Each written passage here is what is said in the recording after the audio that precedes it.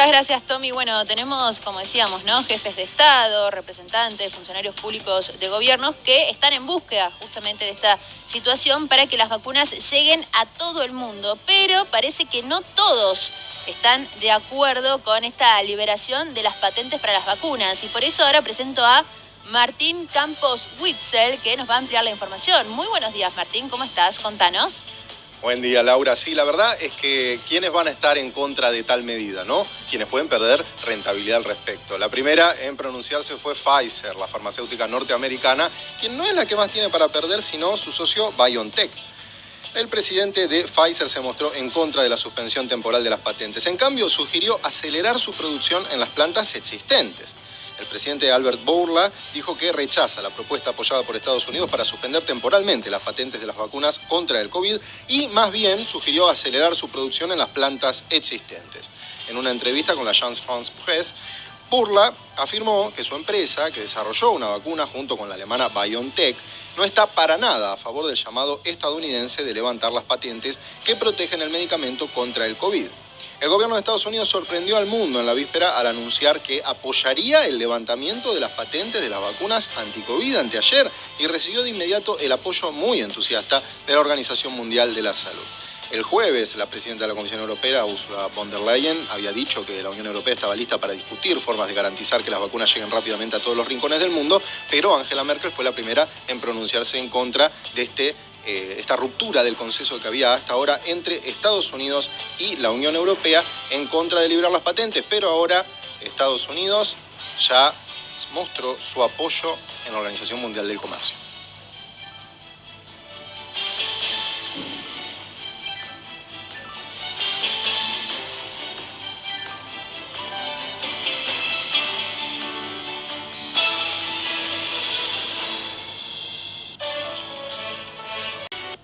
Seguro habrá visto usted más de una ocasión a gente que lleva el barbijo así, ¿no? Con la nariz afuera.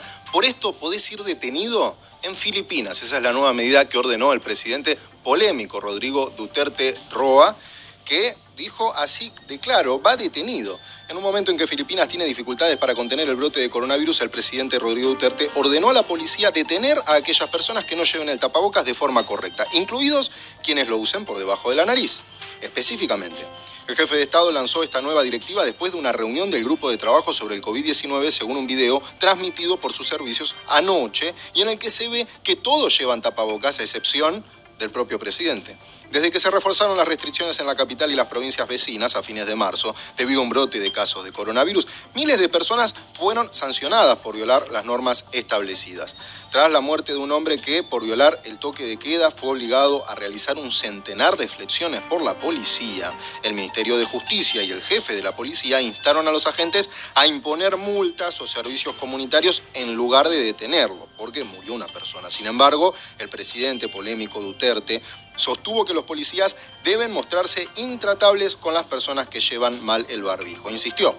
El año pasado el jefe de Estado afirmó que las fuerzas de seguridad debían abrir fuego contra quien creara desorden en zonas confinadas, lo que le valió fuertes críticas de las organizaciones de defensa de los derechos humanos.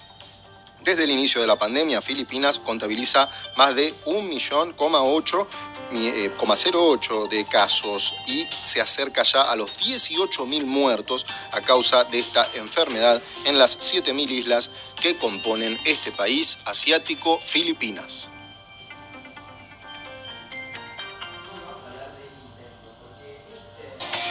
Bueno, mucho se criticó en el mundo cómo fue la respuesta de la Organización Mundial de la Salud ante la pandemia. Fueron muchísimos los países. En un momento Donald Trump, el presidente de los Estados Unidos, le había retirado todos los fondos a ese organismo. En este caso son dos informes los que salieron a la luz que revisan el trabajo de la OMS durante la pandemia de COVID, que se van a presentar en la próxima asamblea del organismo, en los que se admite la lenta reacción de esta Organización Mundial de la Salud en los primeros meses de crisis sanitaria a la hora de dictar recomendaciones y tomar medidas. Una de las claves para la lentitud fue el tiempo que se tardó en identificar la posibilidad de contagio de una persona a otra, así como la transmisión asintomática o presintomática, destaca uno de los informes, elaborado por el Comité de Revisión de las Regulaciones Internacionales de la Salud. A la hora de responder a los primeros brotes, la OMS debería haber usado sus propias evaluaciones de riesgo sin esperar la aprobación de los países afectados o consejos de su comité de emergencia, señaló el informe, que concluye que El mundo no estaba preparado para una amenaza de este tipo y mostró por ello una falta de habilidad colectiva para predecir la evolución de la pandemia, no solo en aspectos sanitarios, sino también en los aspectos sociales o económicos que tanto nos afectan. Si el mundo hubiera sabido en los primeros días de 2020 lo que ahora sabe, es probable que la Organización Mundial de la Salud, muchos gobiernos y otros socios hubieran actuado de manera diferente, señala el documento. Por ejemplo, añade, la implementación más estricta de las recomendaciones de la Organización Mundial de la Salud habría retrasado la transmisión mundial del coronavirus causante de la COVID. El comité indica que una de las claves en la lenta respuesta de muchos gobiernos en el inicio de la pandemia es la tensión que existe entre la necesidad de proteger la salud pública y la de salvaguardar la economía, lo que dificulta la puesta en marcha de más restricciones a los viajes y al comercio, ¿no? Esta dicotomía entre salud y economía. Su informe destaca que se necesita más cooperación, mayor transparencia e intercambios más frecuentes de datos en tiempo real, por ejemplo, a la hora de compartir información de genomas y muestras de patógenos. Compartiendo más información, mejor se le hace frente a la pandemia.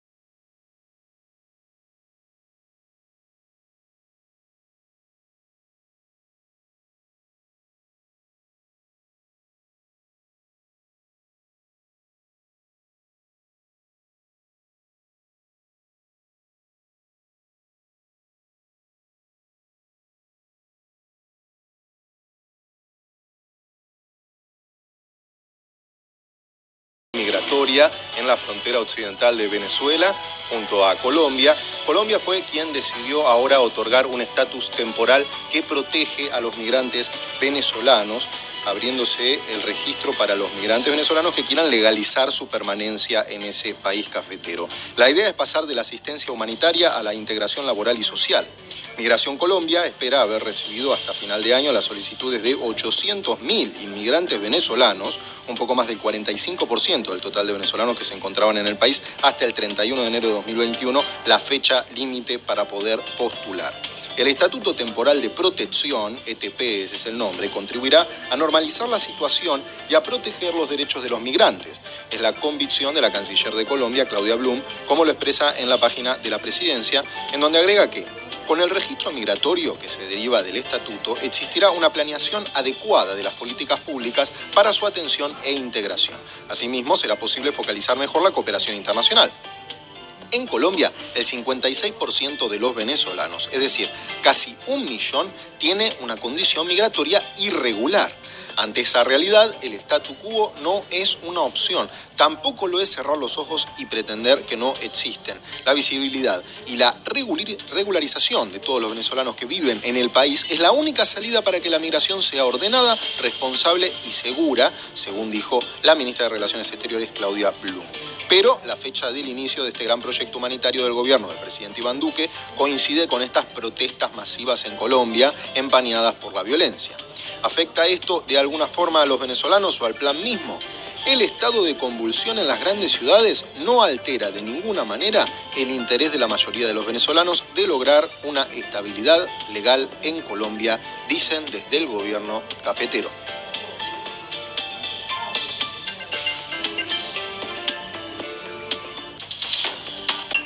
Retomamos la situación en Colombia respecto de las protestas que había habido en relación a la reforma tributaria que había querido iniciar el gobierno con su anterior ministro de Economía. Ayer se oficializó el ingreso en el gabinete del nuevo poseedor de esa cartera y ahora se está anunciando un nuevo proyecto de reforma tributaria con el que el Estado colombiano busca juntar más o menos unos 14 billones de pesos colombianos, que vienen a ser 3.600.000 dólares.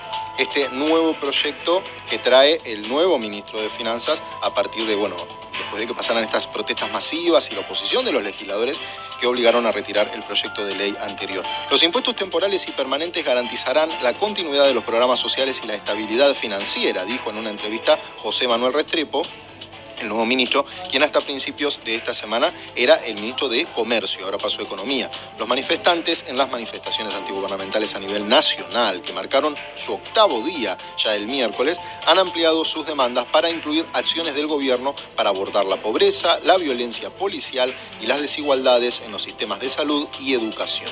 24 personas, en su mayoría manifestantes, han muerto a causa de estas protestas.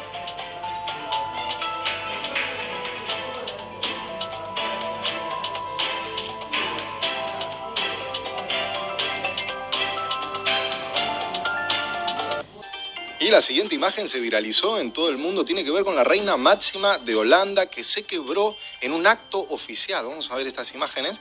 Fíjense, Holanda se paralizó para conmemorar el Día de la Liberación, como cada 4 de mayo, la fecha en que el ejército nazi se retiró del país en la Segunda Guerra Mundial.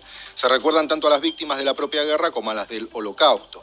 Los reyes participan todos los años, colocando la primera ofrenda floral en la famosa Plaza de Dam de Ámsterdam. Para la ceremonia oficial, Máxima eligió un riguroso luto y se vistió toda de negro con la primera ofrenda floral en la famosa Plaza de Dam de Ámsterdam. Para la ceremonia oficial, Máxima eligió un riguroso luto y se vistió toda de negro con una de sus capas abrigo y un tocado en forma de turbante. Ya sensibilizada por la muerte de su tío materno por coronavirus hace unos días, la reina no pudo evitar emocionarse en vivo por los testimonios de varias víctimas y familiares que se vieron en un video proyectado en pantalla grande. También se quebró con el discurso que André Van Duyn, un conocido comediante, guionista y productor holandés, ofreció a los reyes, invitados y autoridades, entre los que se encontraba el primer ministro Mark Rutte. Estos testimonios suelen ser el puntapié inicial para que Máxima muestre su lado más sensible, ya que es bastante habitual verla al borde de las lágrimas escuchando las palabras de los supervivientes del Holocausto o familias de los afectados por este tipo de situaciones. Así que esta fue la imagen que dio la vuelta al mundo, la reina Máxima emocionada en un acto que recordaba a las víctimas del Holocausto.